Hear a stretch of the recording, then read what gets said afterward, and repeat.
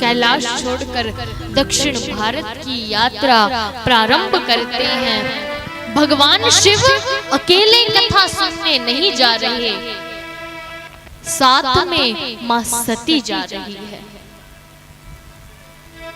शायद शंकर जी ये बताना चाहते हैं कि कथा पति और पत्नी दोनों को साथ मिलकर सुननी चाहिए। कारण है, अगर पति कथा सुने और पत्नी ना सुने तो झगड़ा। कह रहे 24 घंटे कथा में बैठे रहते हो, कथा क्या रोटी दे देगी? लड़कियां घर में विवाह योग्य बैठी हैं, जरा घर को भी देखो। और अगर पत्नी कथा सुने और पति ना सुने तो झगड़ा।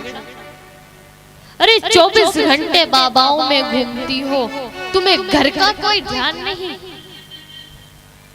लेकिन जब पति और पत्नी दोनों साथ मिलकर कथा सुनते हैं, तब परिवार का वायुमंडल दिव्य बनता है।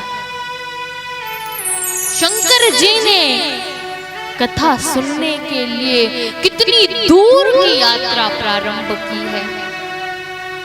कहां कैलाश और कहां भारत के दक्षिणी तट पर गोदावरी का किनारा, कुंभज ऋषि का आश्रम। शायद शंकर जी बताना चाहते हैं कि कथा सुनने के लिए कोई दूरी नहीं होती,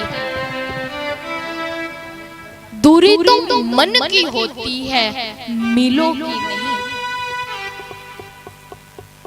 यदि कथा सुनने का मन में भाव है तो सारी दूरी समाप्त हो जाती है।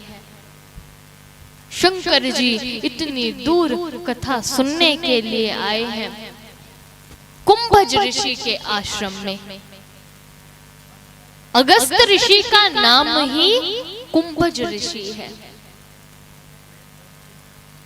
अगस्त ऋषि के बारे में एक ख्याति है कि इन्होंने सारे समुद्र पी लिए थे, तो इसलिए यहाँ गोस्वामी जी ने कुंभज शब्द का प्रयोग किया है, अगस्त नहीं लिखा।